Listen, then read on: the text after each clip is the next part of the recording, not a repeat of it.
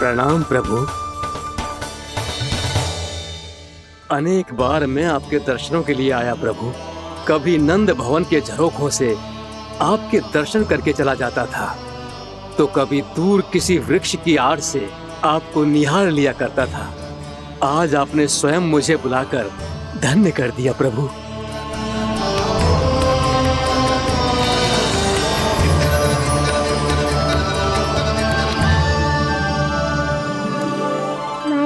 यहाँ एक विशेष कारण से बुलाया है।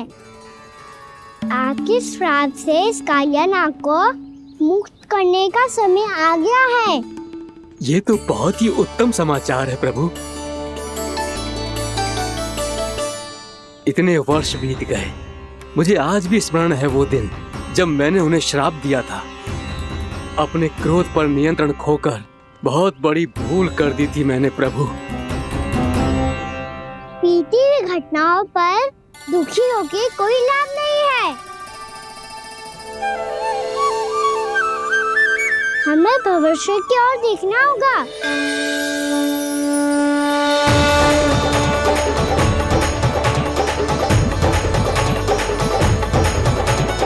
आदेश कीजिए प्रभु, क्या आज्ञा है आपकी? जब मैं कालिया नाग का सामना करने जाऊं, तो आप यहीं रहेगा। आपको अपने आप पता चल जाएगा कि कब क्या करना है। और हाँ, लौटते जाते समय नारद मुनि से कहिएगा, वो आकर मुझसे भेंट करे। अवश्य प्रभु, प्रणाम। क्या इसने सच्ची में देवर्षि नारद को बुलाया है? नारायण नारायण, आपको संदेश भेजने की आवश्यकता नहीं थी। आप स्मरण करते और मैं चला आता। तुम्हारा कल्याण हो नारद।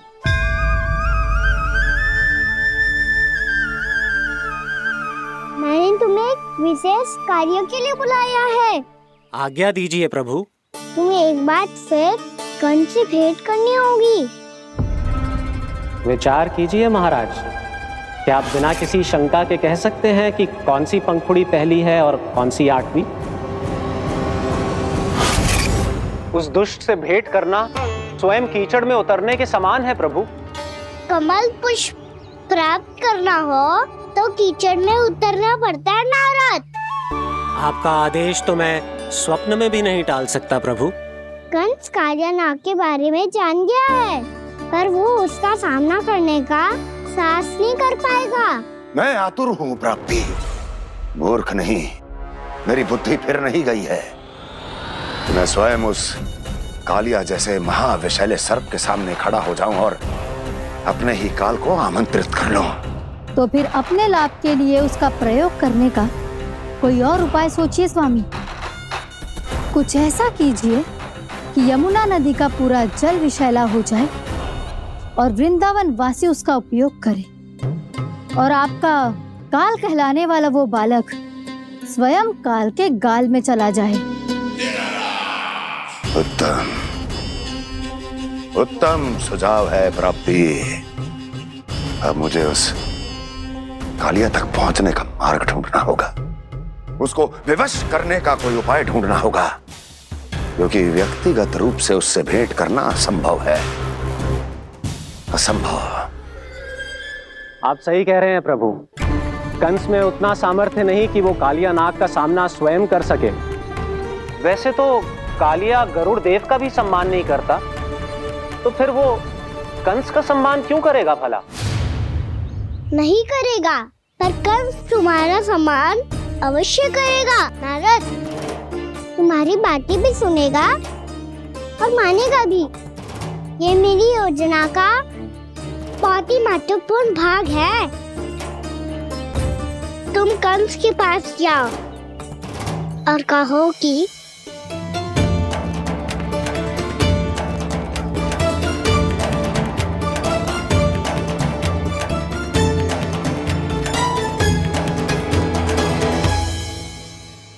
संतान अपने माता पिता को तीर्थ का सौभाग्य दिलाती, और मेरा लल्ला कितना महान कि उसने हमारे घर को ही तीर्थ बना दिया। ऐसा तीर्थ जहां मेरी आंखों के सामने भक्त और भगवान का मिलन हो रहा है। जो आज्ञा प्रभु।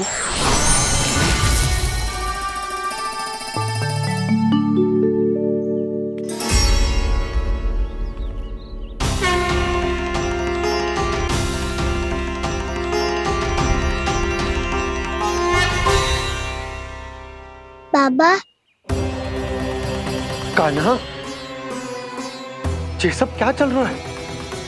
पहले काग भुसुंडी जी और फिर जे नारद जी। क्या योजना बना रहे हो तुम? कान्हा, बताना लल्ला, क्या सोच रहे तू? कान्हा देख, अगर तुझे अपने बाबा को ना बताना हो ना, अपने भक्त को बता दे। क्या सोच रहे हो लल्ला? क्या करने वाले हो आप?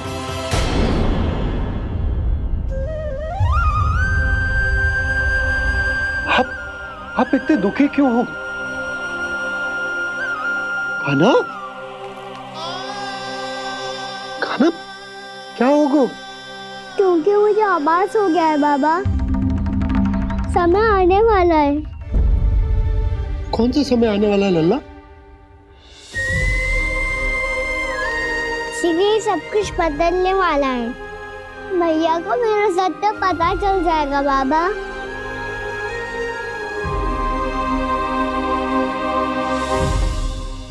पर लल्ला, इसका काग भुसुंडी और कालिया नाग से क्या संबंध है? ऐसा क्या हुआ था और क्या होने वाला है?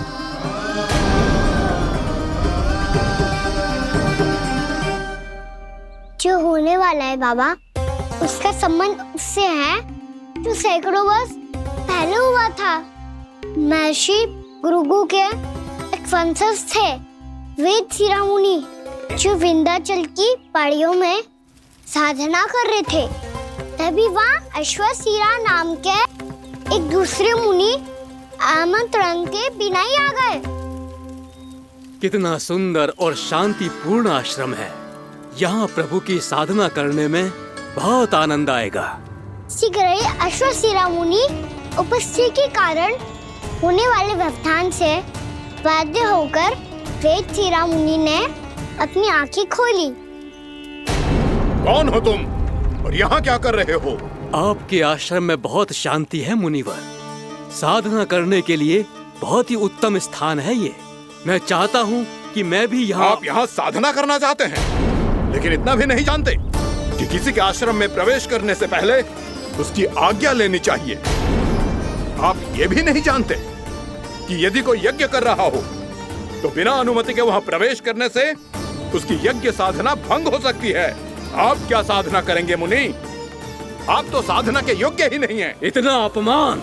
एक मुनि के मुख से इतने कड़वे शब्द शोभा नहीं देते। मैं तुम्हें श्राप देता हूँ, जितनी विषैली तुम्हारी जिह्वा है उतने ही विषैले सर्प बन जाओ तुम। और ऐसा सर्प जो सांस भी ले तो निकट का वातावरण दूषित हो जाए। तुम्हारे इस दुस्साहस के लिए मैं तुम्हें श्राप देता हूँ कि तुम अभी इसी क्षण कौवा बन जाओ, और ऐसा कौवा जो कांव कांव करके अनर्गल प्रलाप करता रहे।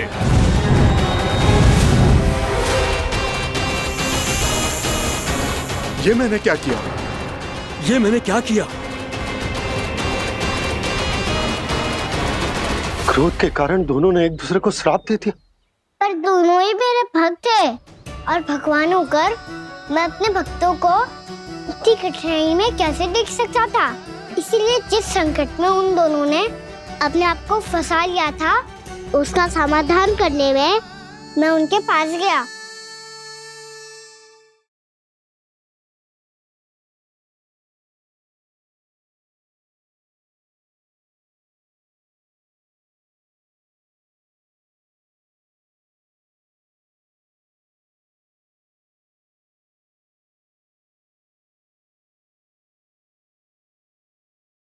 तंग करे मैया को खिजाए, खेले रूठे मनाए।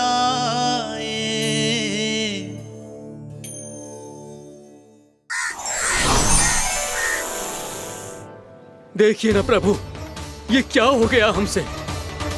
हमारी रक्षा कीजिए प्रभु, मार्ग दिखाइए हमें। क्रोध पर नियंत्रण ना होने के कारण आप दोनों ने एक दूसरे को बहुत ही भीषण संकट में डाल दिया है। आप दोनों ही तपस्वी, तप के बल से दिए गए आपके श्राप को लौटाना भी संभव नहीं है। प्रभु कोई तो उपाय होगा, हम आपके शरण में हैं प्रभु। अपराध तो हमसे हुआ है प्रभु, पर अब आपसे ही आशा है। कुछ ऐसा कीजिए भक्त वत्सल, जिससे हम दोनों के श्राप का प्रभाव कुछ कम हो जाए। आप दोनों ही मेरे भक्त हैं, इसलिए आपकी पीड़ा का निवारण करने का एक उपाय है मेरे पास। वेद शिरामुनि, जब आप कालिया नाग बनेंगे तो आपको मेरे चरणों को अपने शीश पर धारण करने का सौभाग्य मिलेगा। और अश्र शिरामुनि, आप काग योनि होने के बाद भी आप श्रेष्ठतम ज्ञान और सर्वाधिक यौगिक सिद्धियों के स्वामी होंगे और प्रवचन दिया करेंगे। इसके बाद अश्वशिरा मुनि काक भुसुंडी बन गए, जिन्होंने आगे चलकर सेम गरुड़ देव को रामायण सुनाई। और मुनि वेदशिरा महर्षि कश्यप और देवी कत्रियों के पुत्र कालिया नाग बनकर जल में। और अब वही कालिया नाग जमुना जी में, जिनके कारण जानकी के प्राण लगभग चले ही गए थे। अब कालिया नाग को उचित स्थान पर भेजने का समय आ गया है बाबा। पर ये तो अच्छी बात है कान्हा, वेद शिरा मुनि को दिया हुआ तुम्हारा वचन भी पूरा हो जाएगा, जमुना जी की शुद्धि भी हो जाएगी। इस सब के बाद भी तुम दुखी क्यों हो? क्योंकि इसके बाद मैया के सामने मेरा रहस्य खुल जाएगा बाबा। उन्हें पता चल जाएगा कि उनका बालक कोई साधारण बालक ना है। भविष्य में जो होने वाला है उसे सबके सामने घटने से रोकना मेरे लिए भी संभव ना होगा। मैया को सब पता चल जाएगा। क्या पता चल जाएगा रे मुझे?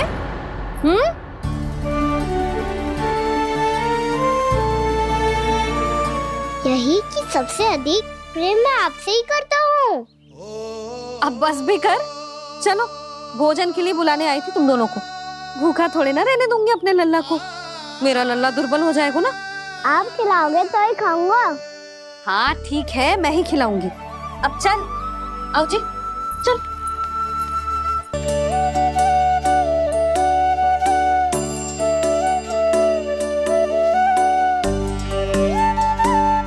मैया खेलो ना मेरे साथ।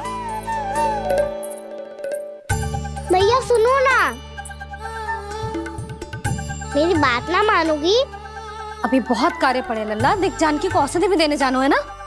औषधि मैं दे दूंगा, फिर तो खेलोगी ना आप मेरे साथ। पिछले कुछ दिनों से अपनी मैया का अधिक से अधिक प्रेम पाने का प्रयास करो है कान्हा। इसका तो एक ही अर्थ हो सकता कि कछु बहुत बड़ो होने वालों है। कान्हा रुक जा लल्ला। कान्हा क्यों तंग कर रहा है? मैया को पहन लेना। कान्हा, कान्हा,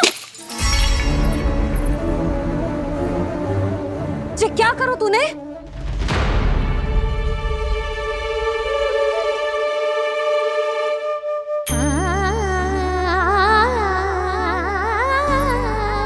अच्छा ठीक है, अब मुंह लटकाने की आवश्यकता ना है। ये ले।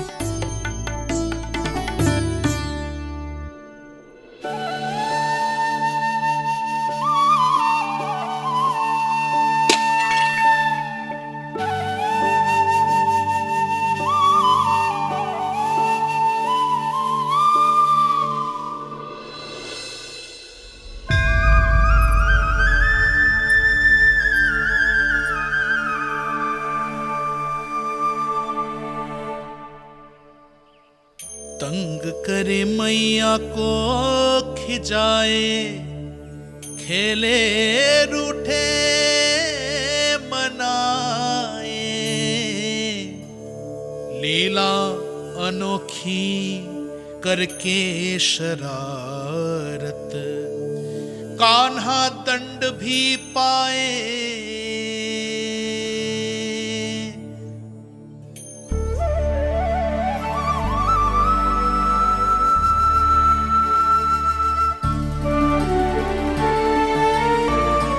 रूठना मनाना, खेलना खिलाना, पहले शरारत करके क्रोध दिलाना और फिर क्षमा मांग लेना, ये सब जानबूझकर कर रहे है कान्हा। जैसे जीवन भर के लिए अपनी मैया की ममता को अपने हृदय में समेट कर रखना चाहते हो। कैसे कैसे करूं उस कालिया से मित्रता, कैसे करूं उसका उपयोग?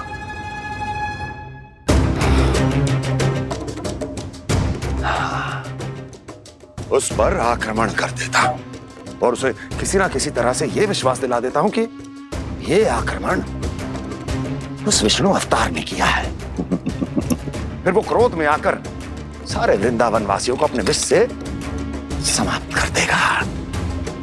उचित है, ये उचित है। नारायण हरि, नारायण हरि।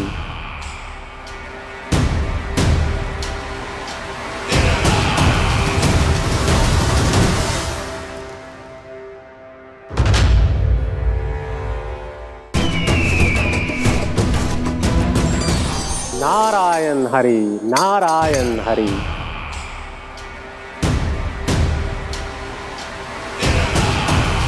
प्रणाम देवर्षि। किस योजना में कितना लाभ है और कितनी हानि, यह आंकलन करते करते थक गए होंगे मथुरा नरेश।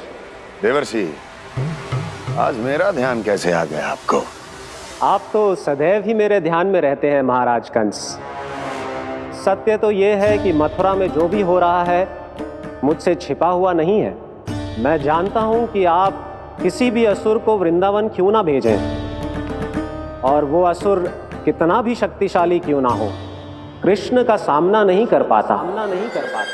या तो पराजय स्वीकार करके आपके पास लौट आता है, या तो फिर वीर गति को प्राप्त हो जाता है।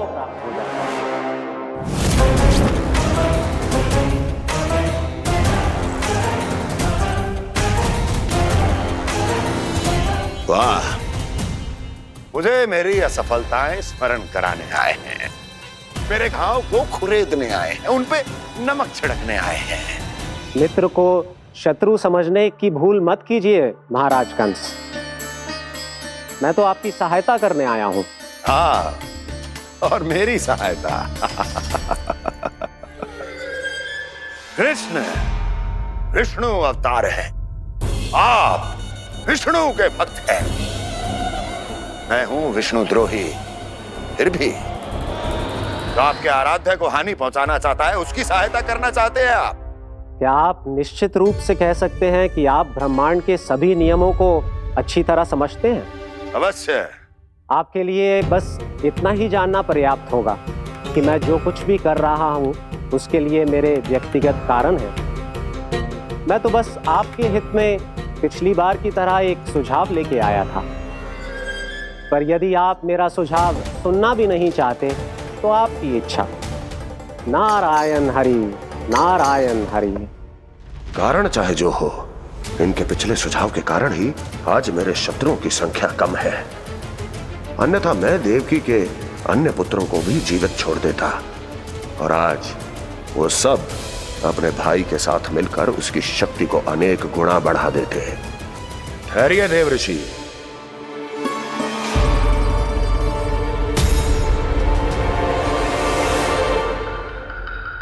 बताइए, क्या सुझाव है आपके पास? मेरे सुझाव का नाम है कालिया नाग।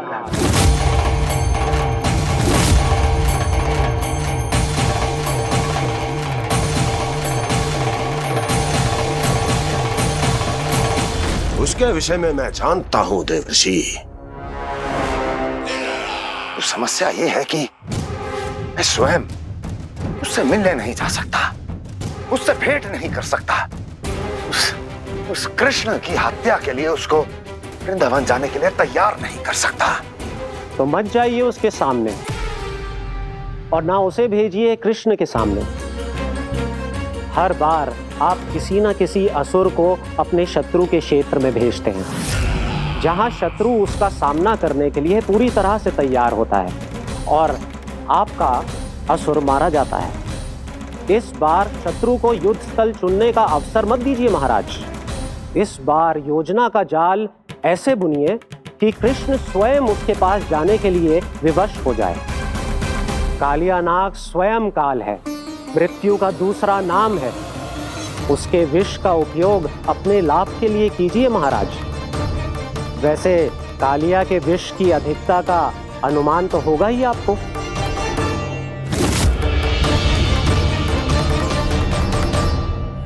एक बार जो उसके क्षेत्र में पहुंच गया, फिर उसके विष से बचना असंभव है। उचित सुझाव है देवर्षि, उचित सुझाव है। देवर्षि, उस छलिया विष्णु की भक्ति करते करते आप भी उसके रंग ढंग सीख गए हैं। उचित है, उचित है।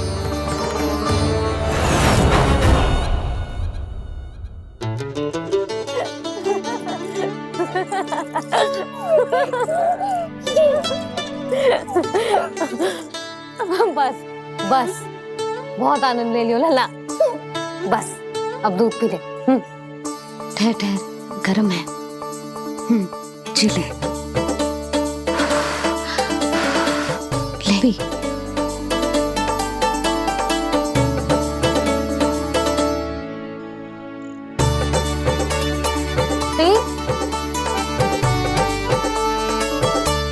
मैं ना होती तो ना जाने क्या हो तो तेरा। अपने आप दूध भी ना पी सकते है, भावला कहीं का। आपकी इस प्रेम के लिए तो मैं धरती पे आया हूँ मैया। मैं भी यही सोच रहा हूँ यशोदा कि तुम ना होती तो मेरा क्या होता। इसी बात पे थोड़ा दूध और कजू खाने को दे दो। अरे मैं तो भूल ही गई। तनिक ठहर जाओ जी, दूध पी लेना तो आपके लिए भी कछु ले आती हूँ।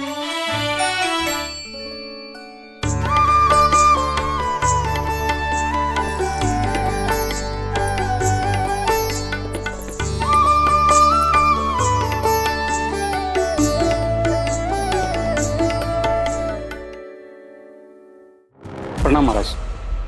आपकी आज्ञा के अनुसार बिल्कुल वैसा ही पत्र तैयार किया है जैसा आप चाहते थे।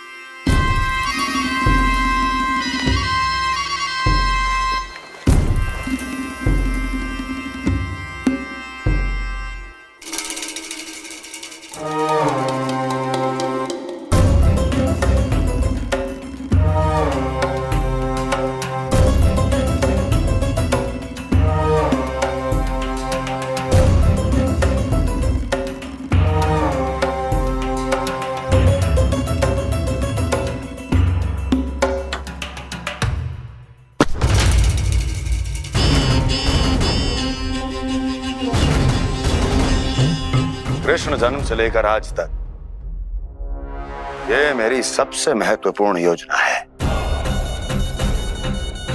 इसका सफल होना निश्चित है दूत, किंतु केवल वही करना जैसा मैंने कहा है। जाओ।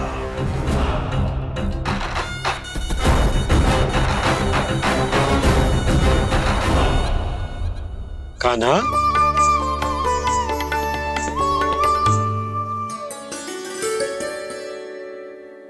क्या होगा?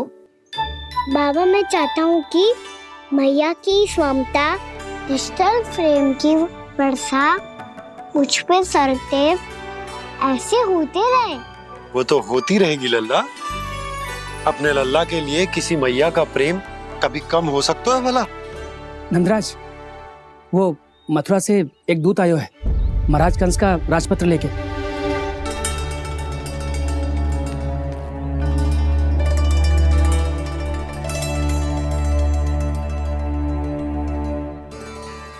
कान्हा, अब क्या करने वाला है? तेरे बाबा कहाँ गए? हाँ? कंस मामा का खेल आरंभ हो गया है, पर मैया वो सब सुनेगी तो व्यर्थ चिंतित हो जाएगी। बस थोड़ा बाहर गया मैया, कछु खा लिये से। बाहर इस समय? मैया क्या होगा? मैया देखो ना, पीठ पे कछु हो रहा है। मेरा हाथ ना पकड़ो, आप करो ना। दिखा यहाँ। क्षमा करना मैया, पर अभी बाबा को ही संभालने दो ये सब। कहिए, क्या संदेश लाए हैं आप? नहीं नंदराज, नहीं। महाराज कंस का आदेश है कि ये संदेश सभी गांव वालों के साथ ही पढ़ा जाए। ठीक है, मैं गांव वालों के सामने पढ़ दूंगा, पर मुझे तो दीजिए पढ़ने के लिए। महाराज की आज्ञा का पालन करना आपके लिए भी आवश्यक है नंदराज। सभी गांववासियों की सभा बुलाइए। बंसी, सभी गांव वालों की सभा बुलाओ।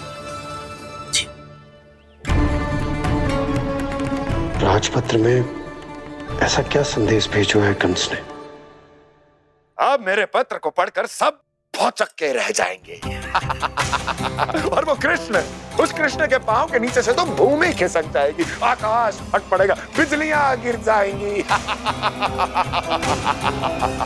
प्राप्ति, ओ प्राप्ति, कंस का पत्र।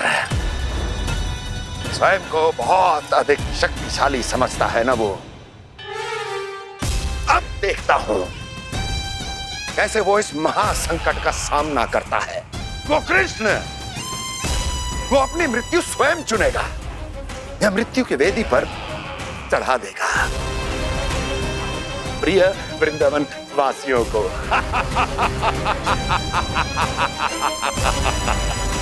अब आएगा आनंद प्राप्ति, अब आएगा आनंद। सबको इकट्ठा करवा के ही पढ़वाएगो। अवश्य ही कोई विशेष संदेश दिया होगा कंस ने। मैं भी यही सोच रही हूँ सुलक्षणा जीजी, कछु ना कछु तो विशेष है, पर जे हो क्या सकता है?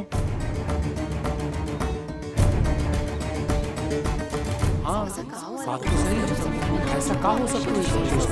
सभी गांववासियों के सामने कहा जाए, कछु तो विशेष अवश्य लग रहा है।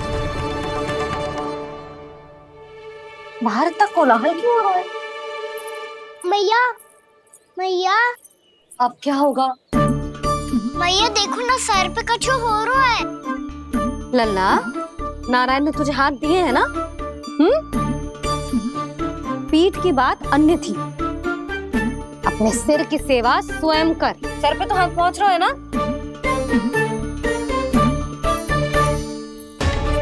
मैया सुनो ना, मैया देखो ना, तीव्र कर कछु हो रहा है। मैया देखो ना, तीव्र कछु हो रहा है।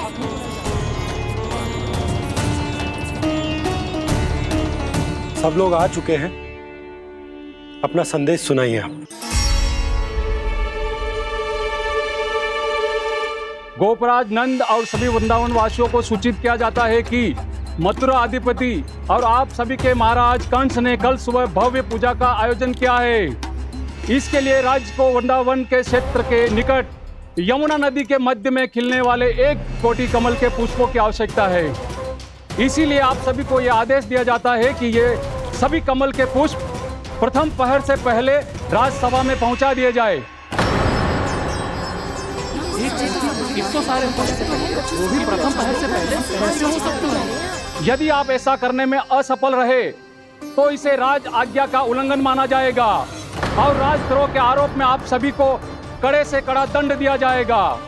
स्मरण रहे, यदि कल की पूजा में इन 1 कोटि कमल के पुष्पों का ना पहुंचने के कारण कोई व्यवधान आया तो समस्त वृंदावन वासियों को दोषी माना जाएगा और पूरे गांव को निवासियों सहित धूल में मिला दिया जाएगा। कल प्रथम पहर तक का ही समय है आप सबके पास।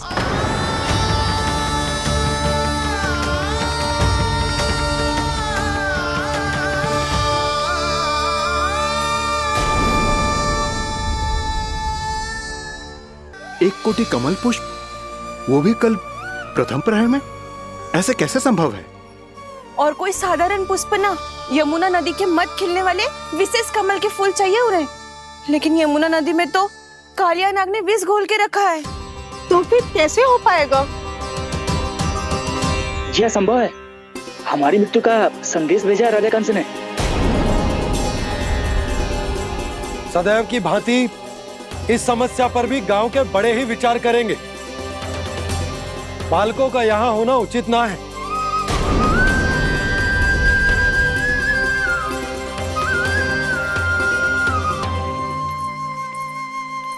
लल्ला ले जे गेंद ले, जा अपने सखाओं के साथ खेल। सुबह उज्जवल, मधुमंगल, वसंता, देखो भैया ने क्या दिया है। चलो खेले, बहुत आनंद आएगा आज।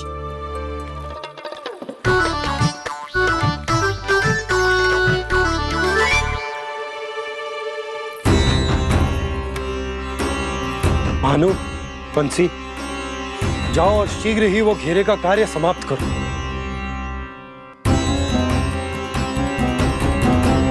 पर कछु ना कछु तो करना पड़ेगा ना। पर हम कर ही क्या सकते हैं? पुष्प लाने को और कोई उपाय है भी तो ना। मैं चला जाऊंगा जमुना जी में। वैसे भी मेरे जीवन के कितने दिन शेष बचे हैं। गांव के लिए, समाज के लिए कुछ करके मरूं, तभी तो शांति मिलेगी। ना काका, यदि आप उस विषैले जल में छलांग लगा भी दोगे, किंतु 1 कोटि कमल पुष्प एकत्रित कर पाना आपके लिए संभव ना है। इससे अच्छा है कि मैं चला जाऊं। यदि मैं मर भी गया तो मेरे पीछे रोने वाला कोई ना है। किसी को कहीं जाने की आवश्यकता ना है।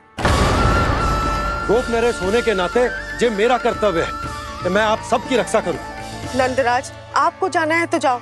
हरिया, काका, भैया सब चले जाओ। लेकिन आपको पता है वहाँ का जल कितना विषैला है। आप लोग एक क्षण भी जीवित नहीं रह पाओगे।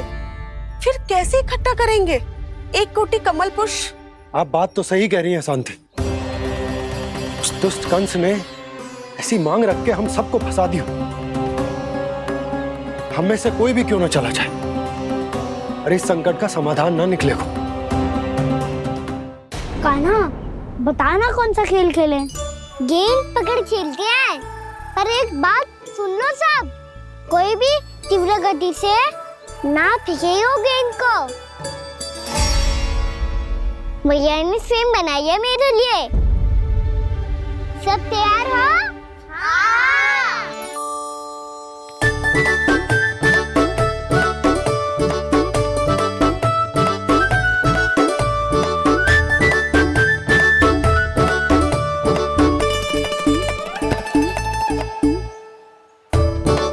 मुझे दो।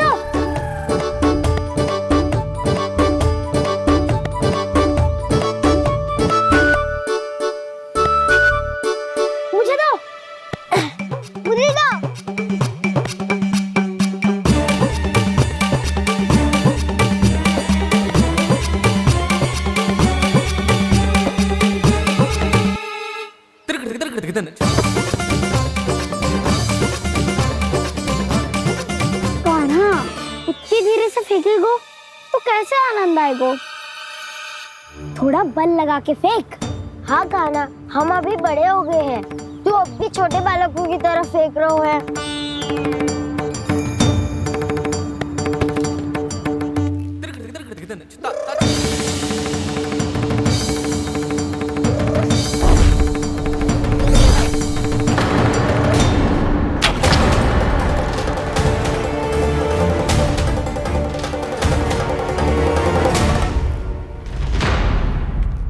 दीदी जी क्या करो कान्हा? गेंद तो डूब गई।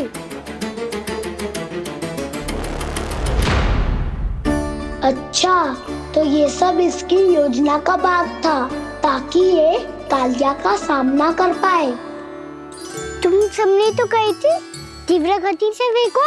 देखो सिखवा दी ना मेरी गेम। मुझसे नदी में और मुझे जाके लानी पड़ेगी। रुक जा कान्हा, रुक जा कान्हा। जी क्या बोल रहे थे कान्हा? इसमें तो बहुत संकट है। कोई भी संकट मेरी मैया का उपहार खोने से बड़ा ना है। बहुत प्रेम से बना के उन्होंने दी थी। हे नारायण, कोई उपाय समझ में ना आ रहा है। भैया अब कैसे करेंगे हम अपने गांव की रक्षा? कीड़े पड़ेंगे उस दुष्ट को। यदि उसके कारण किसी के प्राण चले गए तो कौन सा फल मिलेगा उसे इस पूजा का? तुम सही कह रही हो सुध। हमारे पास कोई और दूसरा विकल्प भी तो ना है। यदि हमने मथुरा की राज आज्ञा का पालन ना किया तो इसका दुष्परिणाम पूरे गांव को भुगतना पड़ेगा।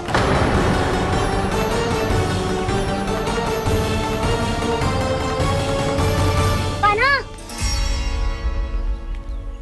हमें पता है कि तू भगवान है, दिव्य है, बहुत शक्ति है तुझमें, पर फिर भी हम तुझे विषैले जल में ना जाने दे सकते। कुछ होगा तो तुम सब इतनी हट कर रहे हो तो ठीक है, ना जाऊंगा। गेंद कहाँ गिरी है, कितनी दूर गई है, ये तो देख लूं, ताकि उसे बाहर निकालने का कोई उपाय ढूंढ पाऊं।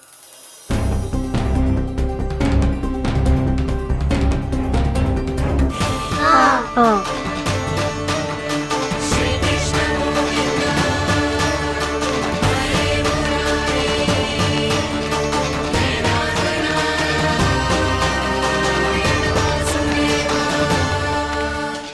कान्हा की ये लीला तो समझ ही नहीं आ रही। पहले इसने देवश्री नारद को मथुरा जाकर कंस को भड़काने के लिए कहा, फिर स्वयं ही दुखी भी हो गया कि अब इसका रहस्य सबके सामने खुल जाएगा।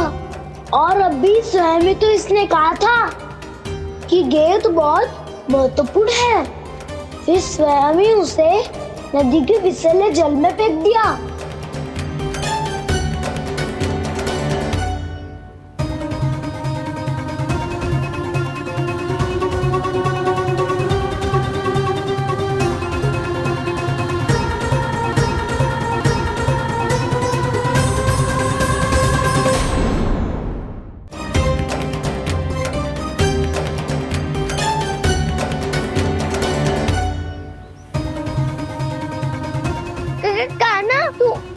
ऊपर क्यों चढ़ रहा है?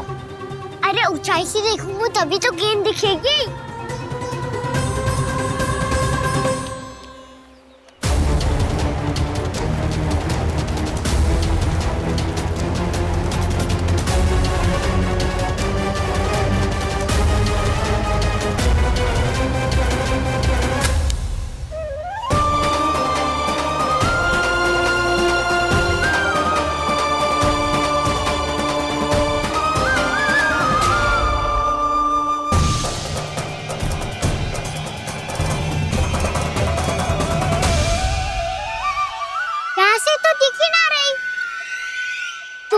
वहीं से फेंकी थी ना?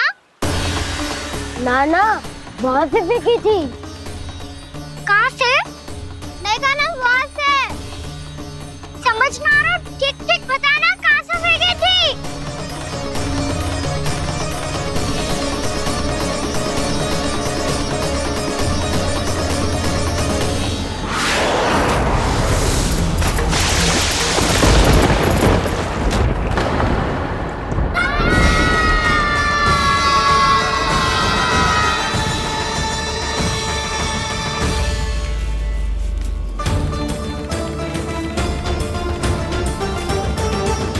कालिया नाग के क्षेत्र में जाकर कोई भी जीवित वापस ना लौट सको है।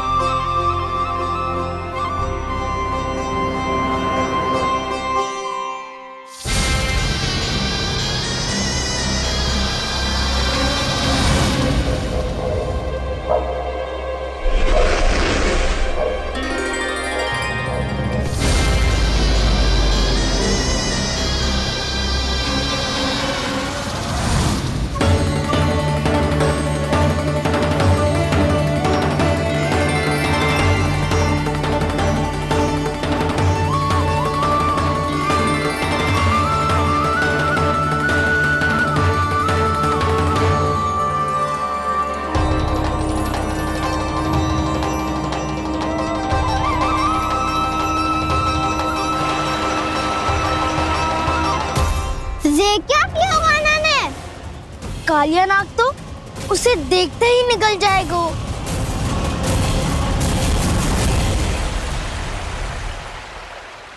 तो आरंभ से अब तक सब कुछ उसकी लीला का ही भाग था।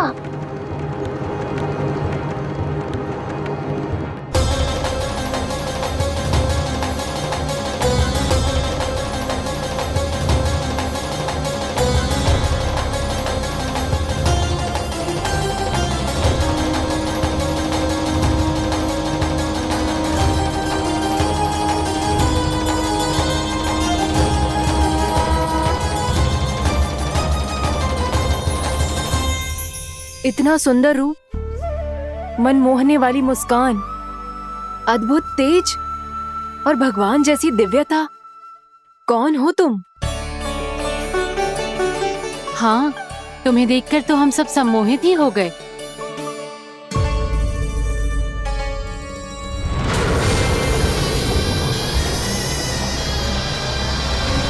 तुम जो भी हो बालक, वापस लौट जाओ। हमारा हृदय तुम्हें ही देखते रहना चाहता है, किंतु यदि हमारे पति जाग गए तो तुम्हें अवश्य हानि पहुंचाएंगे। ये बहुत विषैले है बालक, कालकोट जैसे भयानक, इनके विष से तुम नहीं बच सकोगे। नंदराज, कालिया नाग के विष का प्रभाव बढ़ते ही जा रहा है। पहले 8 कोस तक उसके विष का प्रभाव था, अब तो 1 योजन से अधिक क्षेत्र में फैलो है। जल पीने के प्रयास से अनेक पशु मारे गए हैं और नदी के निकट के वृक्ष और वनस्पति सब नष्ट होने लगे।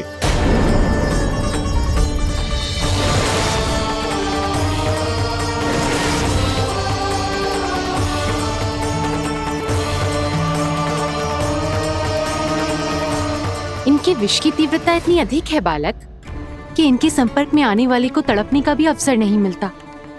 इनके विष की अग्नि क्षण भर से भी कम समय में प्राण वायु को जलाकर राख कर देती है।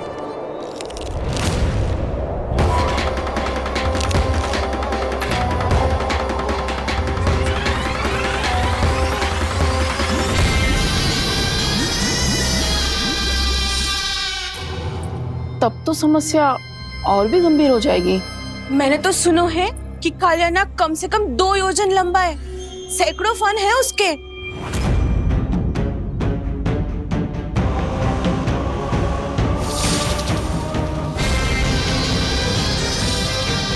इसका अर्थ तो ये है कि हम दोनों ओर से फंस गए। एक और कंस को 1 कोटि कमल पुष्प देने जो कि कालिया नाग के क्षेत्र में पड़ते हैं, और दूसरी ओर उस कालिया नाग का विष यमुना जी के क्षेत्र में बढ़ता ही जा रहा। इसके कारण हम ही नहीं, निर्दोष पशु पक्षी भी संकट में। इन दोनों समस्याओं का एक ही समाधान है, उस कालिया नाग का सामना करना। और ये ना समझ आ रहा कि हम ये करेंगे कैसे, क्योंकि ये बात साधारण मनुष्य के बस की ना है। हमारे लिए ये असंभव है।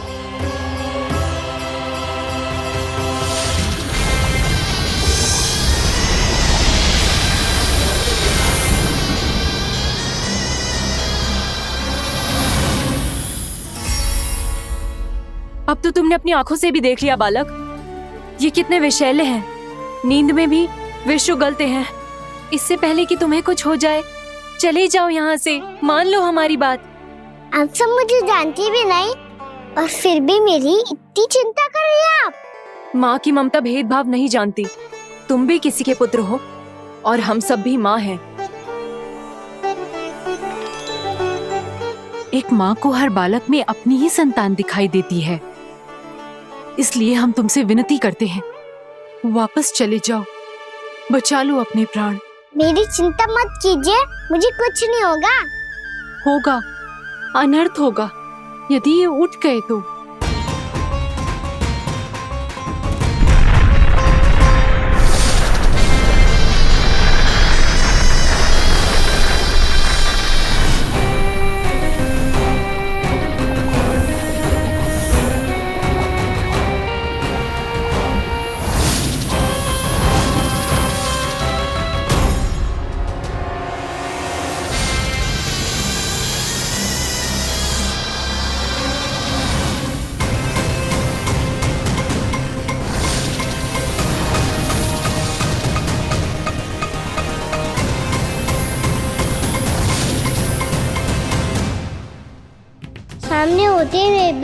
अपने इश्क को केवल वही देख सकता है जो अपना अभिमान त्याग चुका हो।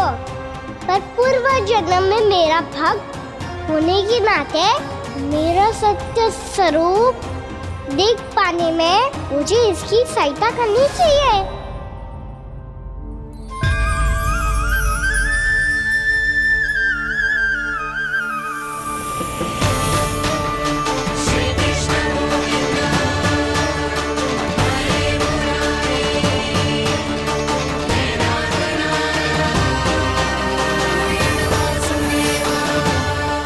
देखो हमारा छोटा सा कान्हा कैसे डट के खड़ा हुआ है, इतने विशालकाय, इतने महाभयंकर सबके सामने।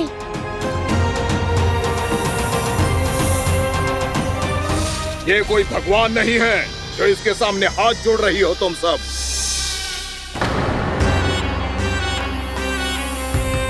एक सामान्य साधारण बालक है ये, जो ये तक नहीं जानता कि इसके सामने है इसका काल, कालिया। तू कौन है बालक? मेरे इतने निकट आकर भी तू जीवित कैसे है? मेरी नहीं, अपनी चिंता करो कालिया। बहुत मनमानी कर ली तुमने। अब बस मैं तुम्हें रोकना हूँ। अब बस मैं तुम्हें रोकना हूँ। मैं तुम्हें रोकना हूँ। बित्ते भर का है तू, मेरे विष के बारे में जानता ही क्या है? और कहता है मुझे रोकने आया है। किससे? किससे रोकना चाहता है तू मुझे? मुझे क्रोध दिलाने की भूल मत कर बालक। अपनी फुंकार से ही तेरी इस मुस्कुराहट को अंतिम मुस्कुराहट बना सकता हूं मैं। शीघ्र बता, कौन है तू और किसने भेजा है तुझे? तुम्हें आवाज भी है कि अपनी पुकारों से तुम कितना विष भूल चुके हो।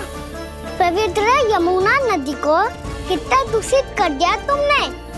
और यही नहीं, तुम्हारे कारण निकट के जीव जंतुओं, वृक्ष, वनस्पतियों सबको हानि पहुंच रही है। तो क्या? मुझे उससे क्या? मुझे है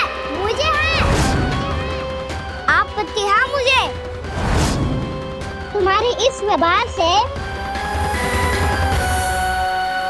और इसीलिए तुम्हें यहाँ से जाना होगा। यहाँ से जाना होगा।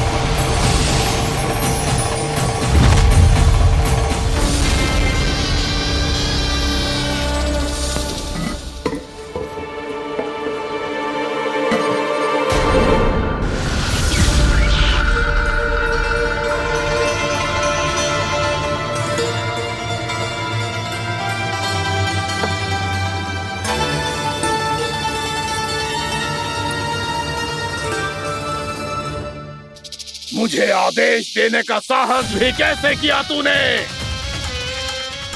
इस क्षेत्र को मैंने अपना राज्य बनाया है, मेरा परिवार रहता है यहाँ, और तू मुझे यहाँ से जाने के लिए कह रहा है? हाँ, क्योंकि तुम्हारे यहाँ रहने के कारण अन्य जीवों को हानि हो रही है, और मैं ऐसा नहीं होने दे सकता।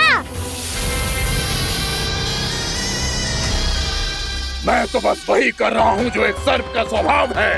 विष फैलाना स्वाभाविक है मेरे लिए, इसलिए मुझे चुनौती मत दे बालक। चुनौती तो मैं दे चुका हूँ कालिया। अब तो बस तुम्हें स्वीकार करनी है।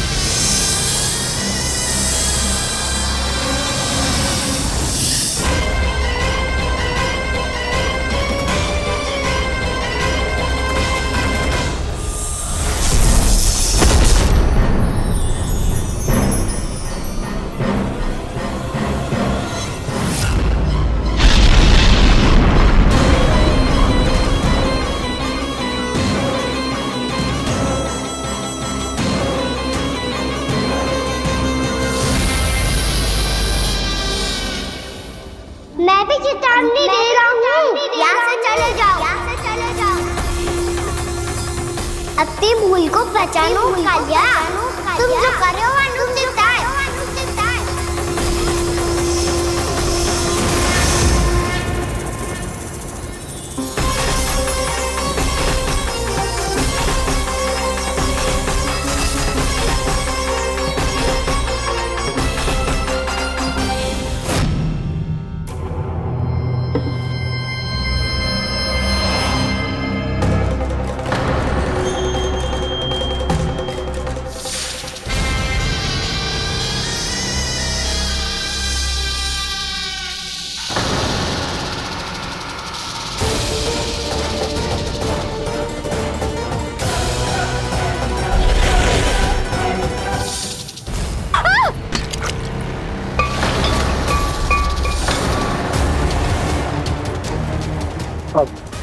मैं आता हूँ।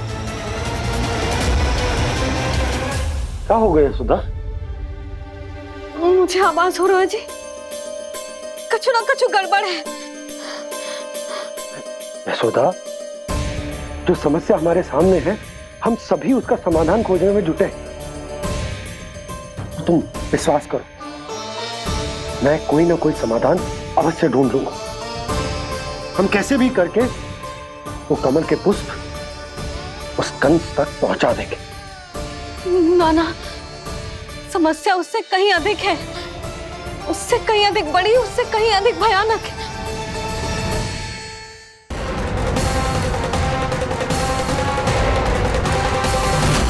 विस्की ये बूंद से ही सबके प्राण चले जाते हैं। इसने तो विस्की धारियां फेंकी है खाना पे। कान्हा कैसे बच्चे को अधिक विष से? इसका विष तो क्या, ये सर स्वयं भी छू तक नहीं पाएगा हमारे कान्हा को।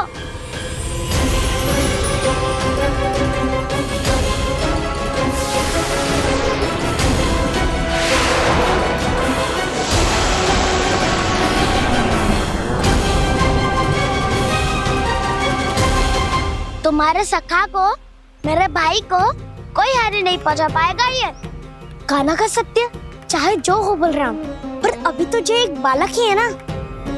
देखो कैसे विष के कारण स्थिर हो गया है।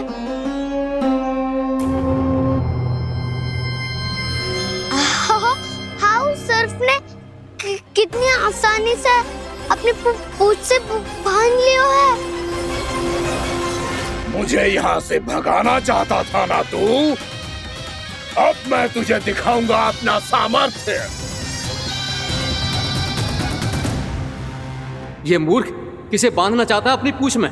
उन्हें जिनका विस्तार सारे ब्रह्मांड में है, या उन्हें जो स्वयं अनंत है? पर देवराज, प्रभु ऐसा करने ही क्यों दे रहे हैं कालिया को? आप सब भूल रहे हैं देवगण, कालिया पूर्व जन्म में प्रभु का बहुत बड़ा भक्त था। उसी भक्ति का फल मिल रहा है अब इसे। वैसे भी भक्तों के मन का भाव सबल हो तो भगवान तो सहज ही बंध जाते हैं।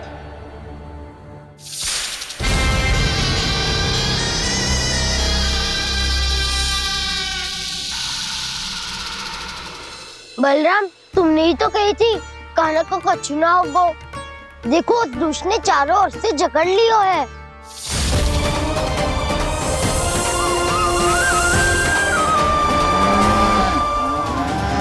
ये क्या कह रही हो तुम? जसोदा जी, क्या हुआ? घबरा क्यों रही हो आप? सुलक्षणा, मुझे आभास हो रहा है कुछ बहुत बड़ी अनहोनी हो गई है। नंदराज, नंदराज, नंदराज!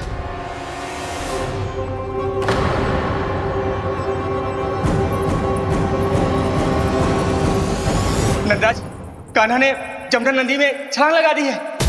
कान्हा ने जमना नदी में छलांग लगा दी है। कान्हा ने जमना नदी में छलांग लगा दी है।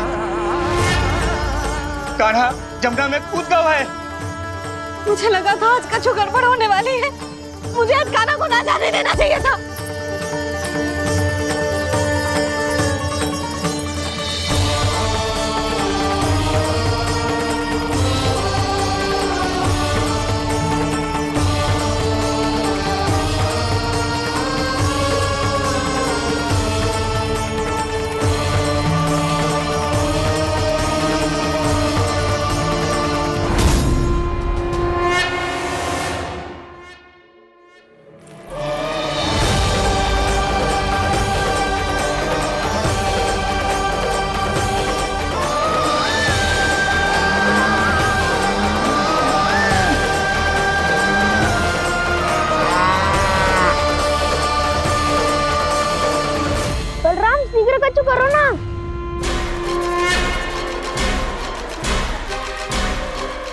कुछ भी करो पर कान्हा को बचाओ।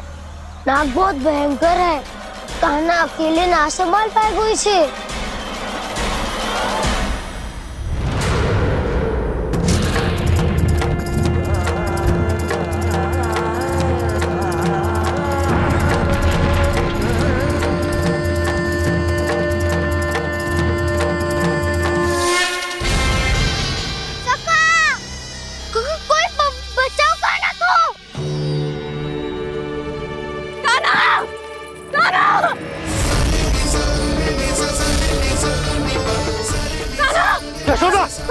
यशोदा रुको। छोड़ दो मुझे, छोड़ दो मुझे। रुक जीजी संभालो, बावली हो गई क्या?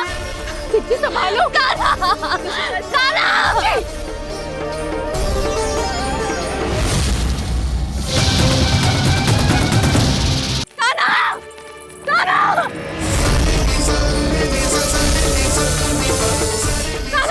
यशोदा, यशोदा रुको। छोड़ दो मुझे, छोड़ दो मुझे। रुक जीजी संभालो, बावली हो गई क्या?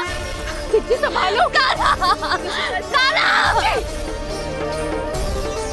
देखो अब कैसे तुम्हारे अस्थियों को तोड़कर छोटे छोटे टुकड़ों में बदल दूंगा मैं।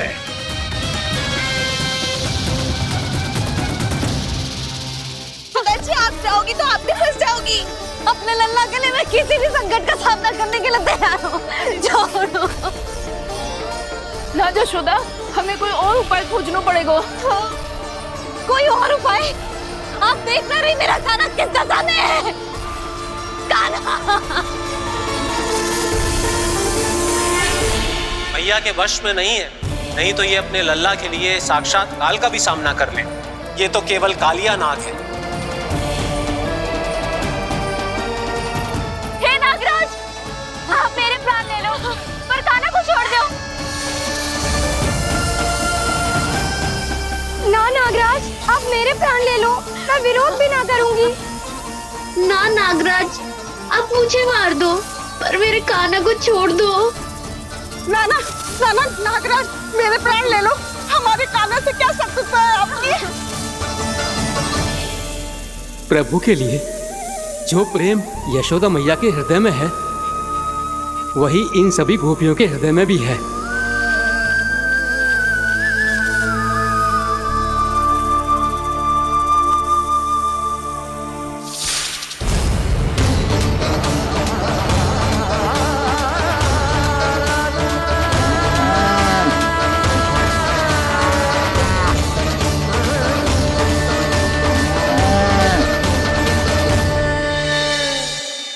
यशोदा, यशोदा,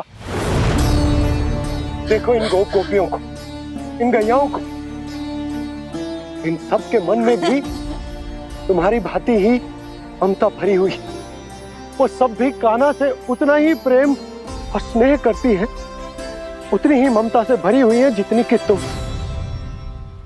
तो तुम ही सोचो, जिसके साथ इतनी ममता और इतना स्नेह, इतना प्रेम, उसका कोई क्या कर सकता है?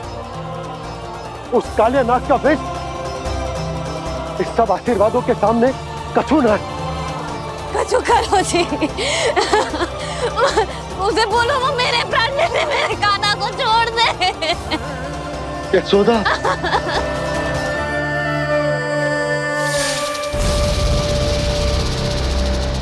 केवल इन्हीं में नहीं देवराज, नाग पत्नियों के हृदय में भी ममता का वही प्रेम उमड़ रहा है। देखिए। मैं आपके हाथ जोड़ती हूँ स्वामी, इस बालक को छोड़ दीजिए।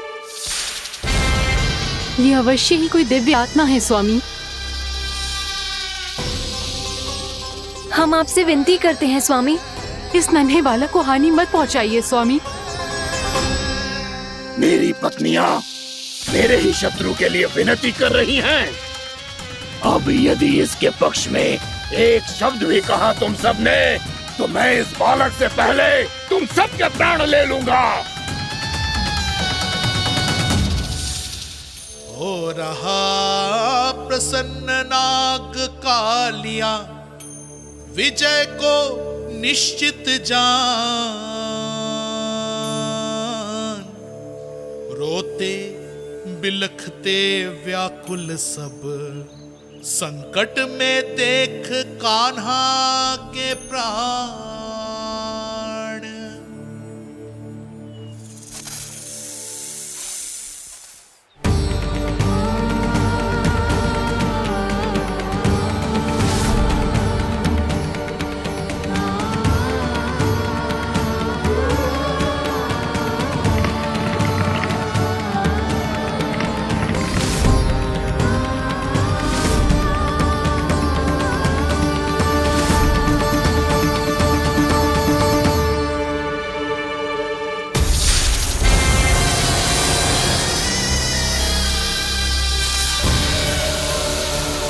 कुछ करो जी, मेरे लल्ला को बचा लो, कोई तो कुछ करो।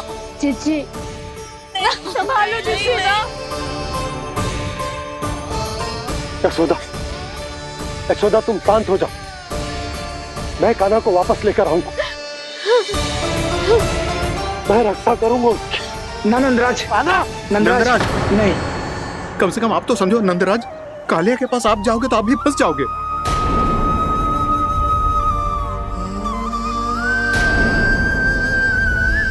बलराम, तेरा भाई इतनी भीषण संकट में है और तुझे जरा भी दुख ना हो रहा? क्या आप सब अब तक नहीं समझ पाए कि कान्हा सच में कौन है?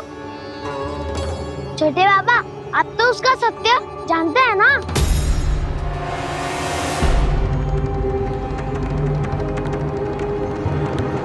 मानता हूँ कि आप सब कान्हा के रहस्य के बारे में नहीं जानते, पर क्या उसके जन्म से आज तक घटी एक से बढ़कर एक विचित्र घटनाओं को भी भूल गए हैं आप सब? भूल गए हैं कि कैसी पूतना जैसी राक्षसी उसका कुछ बिगाड़ नहीं पाई, कैसे तरनावती जैसा भयानक राक्षस उसे एक खरोच भी नहीं दे पाया था।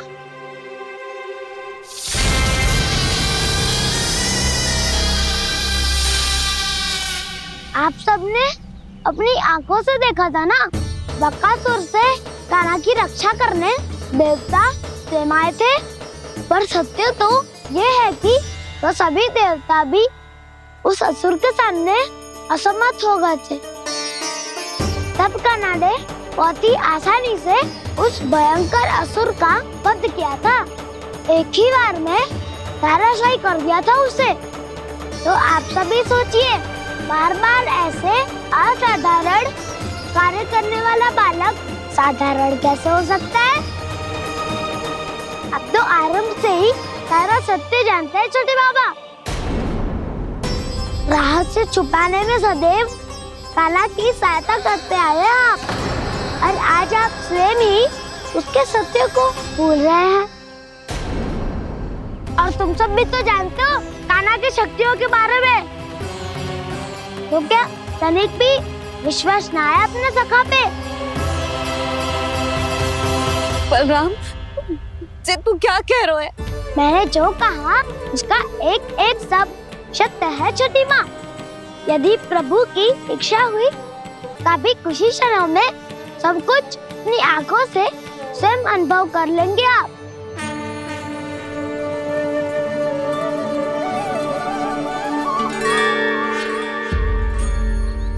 शांताकारं भुजगशयनं पद्मनाभं सुरेशं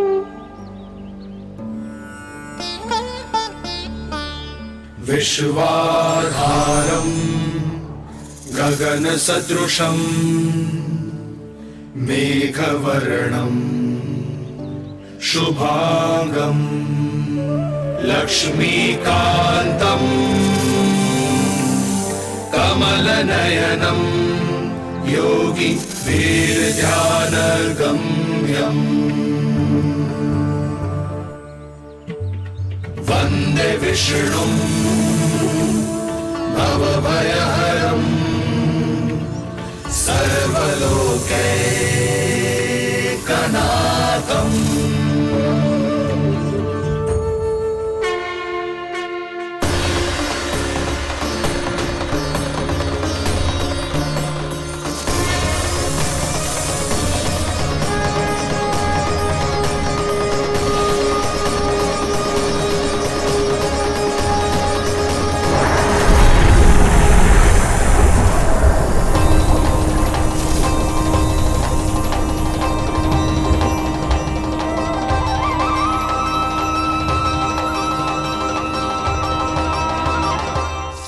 तुझे क्या लगता है बालक कि तू मेरी जकड़ से निकल गया तो अब बच जाएगा तू?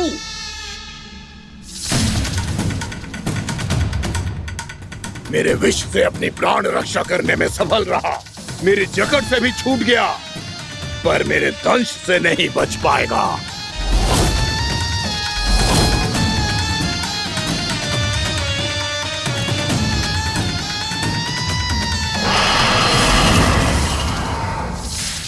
अब भय से भाग रहा है, पर मैं तुझे मृत्यु देकर रहूंगा।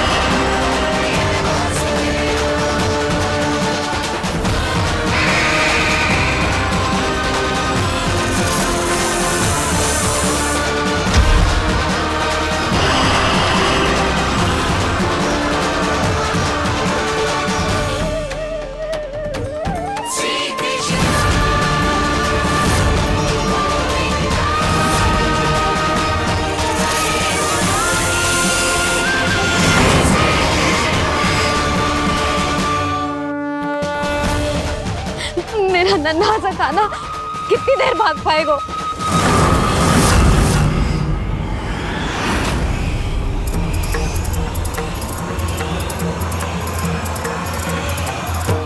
और कितनी प्रतीक्षा करोगे मेरी भक्त कालिया? भक्त नहीं, काल हूं मैं तेरा। जब अहंकार का मुकुट बुद्धि को ढक लेता है तो भक्त अपने भगवान को भी नहीं पहचान पाता। व्यर्थ की पहेली में मत उलझा बालक, ना मैं भक्त हूँ और ना तू भगवान।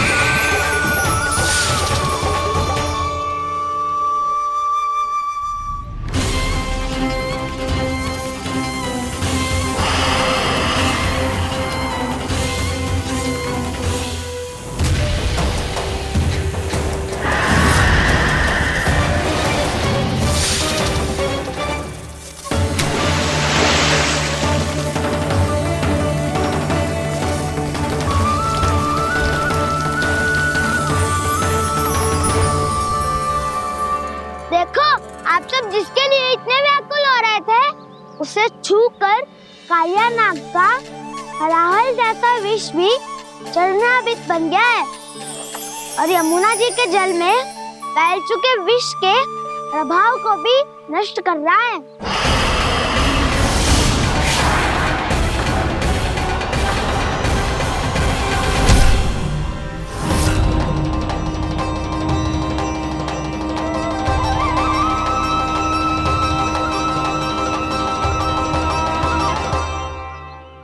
धर्म रक्षक अधर्म विनाशक प्रभु श्री कृष्ण का कौशल सचमुच अद्वितीय है। नारायण नारायण।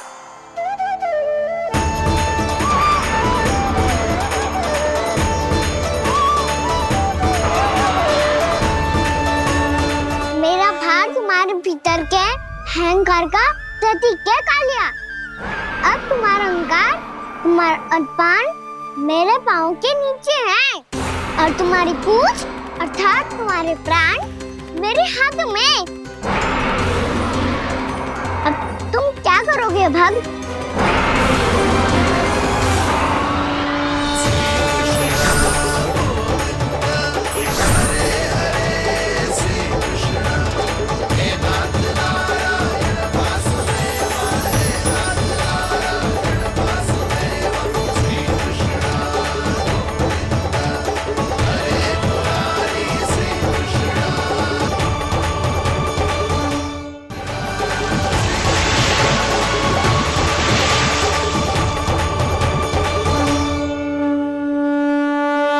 प्रभु, भले ये आपको पहचानने में असमर्थ हो, पर हम सब ने आपको पहचान लिया है।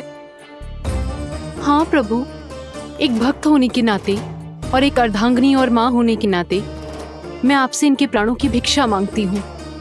अपनी कृपा दिखाइए और इन्हें क्षमा कर दीजिए। आपके लिए मित्र और शत्रु में कोई अंतर नहीं प्रभु। उसी तरह आपकी कृपा और दंड में भी कोई अंतर नहीं। दोनों दया ही तो हैं, अकारण ही किसी को प्राप्त नहीं होती। हमें विश्वास है कि हमारे पति को मिला ये दंड कोई अभिशाप नहीं है, आपका वरदान है। ये सत्य है प्रभु कि इनसे बहुत से पाप हुए हैं। इनके विष से बहुत सारे जीव जंतु को हानि पहुंची है, पर अब आपके चरण इनके शीश पर पड़ गए हैं। ऐसी कृपा तो बड़े बड़े महान महात्माओं को भी दुर्लभ है, और इन्हें प्राप्त हुआ तो अवश्य ही ये किसी महान पुण्य का ही फल है। हे प्रभु, उन्हीं पुण्य कर्मों की शक्ति का आह्वान कर मैं आपसे विनती करती हूँ, इन्हें प्राण दान दीजिए। मैं अपने इस भक्त को क्षमा अवश्य करूँगी देवियों, यदि ये अपने अहंकार को त्याग कर मुझे पहचान ले तो।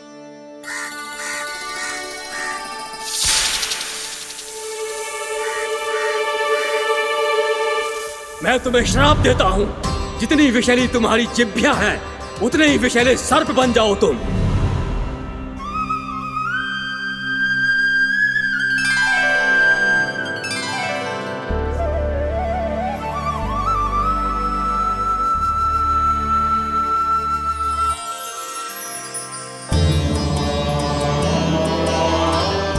नारायण, मुझे क्षमा कीजिए नारायण। मैं तो आपका परम भक्त था, किंतु मैं आपको पहचान नहीं सका। इसका दंड तो मुझे मिलना ही था, किंतु मैं अब प्रायश्चित करना चाहता हूं। इसके लिए यदि आप मेरे प्राण भी ले लेंगे तो भी मुझे कोई दुख नहीं होगा। मैं अपना जीवन, मृत्यु और अपना अस्तित्व सब कुछ आपको समर्पित करता हूं। तुम्हें तुम्हारी क्रोध के कारण श्राप मिला, जिसे विशाल सर्प के रूप में तुम्हारा जन्म हुआ, और सर्प का तो स्वभाव है विष फैलाना। इसीलिए तुम्हें दंड नहीं दूंगा मैं, सिर्फ सभी अपराधों का पश्चाताप कर लिया। इसीलिए मैं तुम्हें क्षमा करता हूँ कालिया।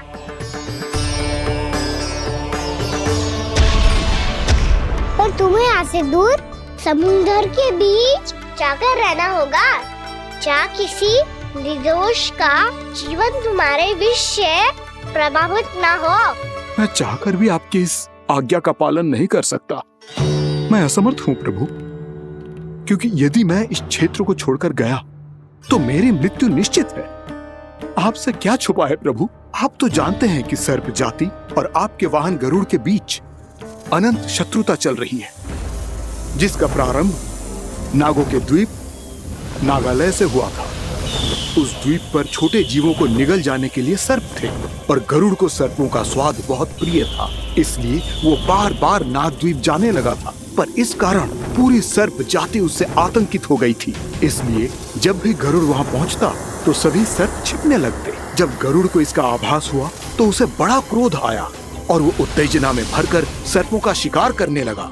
भूख ना होने पर भी उन्हें मारने लगा। अब सर्पों के प्राण हरना उसके लिए खेल बन गया था। इस भीषण समस्या का समाधान ढूंढने के लिए पूरी सर्प जाति महान सर्प वासुकी के सामने इकट्ठी हुई। हे महान वासुकी, हमारी सहायता कीजिए। नागद्वीप पर गरुड़ ने आतंक मचा दिया है। पहले तो वो हमें अपना भोजन बनाता था, लेकिन अब हम उसके खेल का साधन बन चुके हैं। भूख हो या ना हो, जब तब आकर वो हमारे प्राण हर लेता है। अनुचित हिंसा के इस प्रथा का आरंभ सर्पों ने ही किया है। पहले आप सबने पूरे द्वीप पर अधिकार कर लिया, फिर आहार के साथ साथ आनंद के लिए भी आप सभी ने निर्दोष जीवों की हत्या की। और जब सृष्टि का संतुलन बनाए रखने के लिए गरुड़ आपको अपना आहार बनाने आया तो आप सब अपने प्राणों की रक्षा के लिए छिपने लगे। तो फिर गरुड़ का उत्तेजित होना तो स्वाभाविक ही था।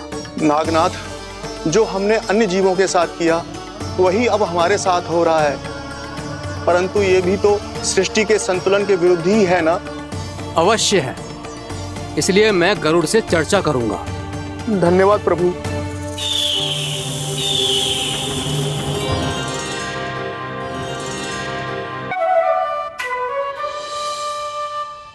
जब से कान्हा का जन्म हुआ है ना, मैं तब से देख रही हूँ, तब से हम पे कोई भी संकट आती है ना तो अचानक से कोई अपरिचित हमारी सहायता करने आ जाते हैं और जाते समय कान्हा की आज्ञा लेके जाते हैं और कभी कभी तो इसे प्रभु बोल के जाते हैं। बाबा संभालो। यशोदा, इस जानकी को चढ़ो है और विचित्र विचार तुम्हारे मन में है।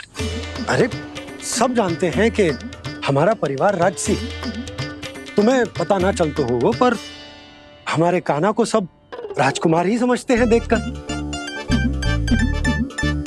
इसीलिए उसे सम्मान देने के लिए सब ऐसा ही करते हैं, और कोई बात ना है।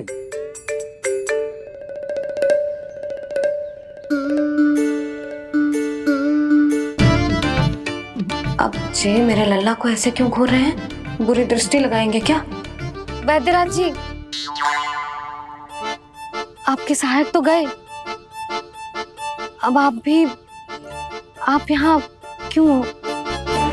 वो क्या है ना, मैं अपने रोगी का निरीक्षण करके पूरी तरह से संतुष्ट होकर ही जाता हूँ।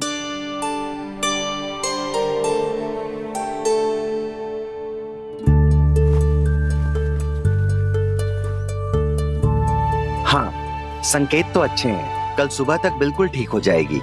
धन्यवाद वैद्य जी।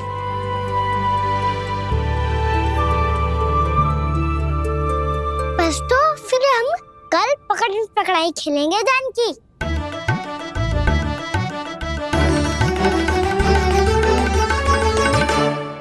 भानु, बंसी, जाकर उस क्षेत्र के चारों ओर बाड़ बनवा दो और वहां सूचना पट्ट भी लगा देना, ताकि जानकी के साथ जो हुआ है वो किसी और के साथ ना हो। शीघ्र जाओ। जी ठीक है।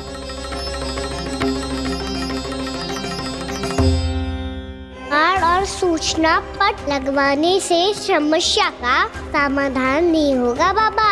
निर्दोष पशु सूचना पट देख कर भी कुछ समझ नहीं पाएंगे।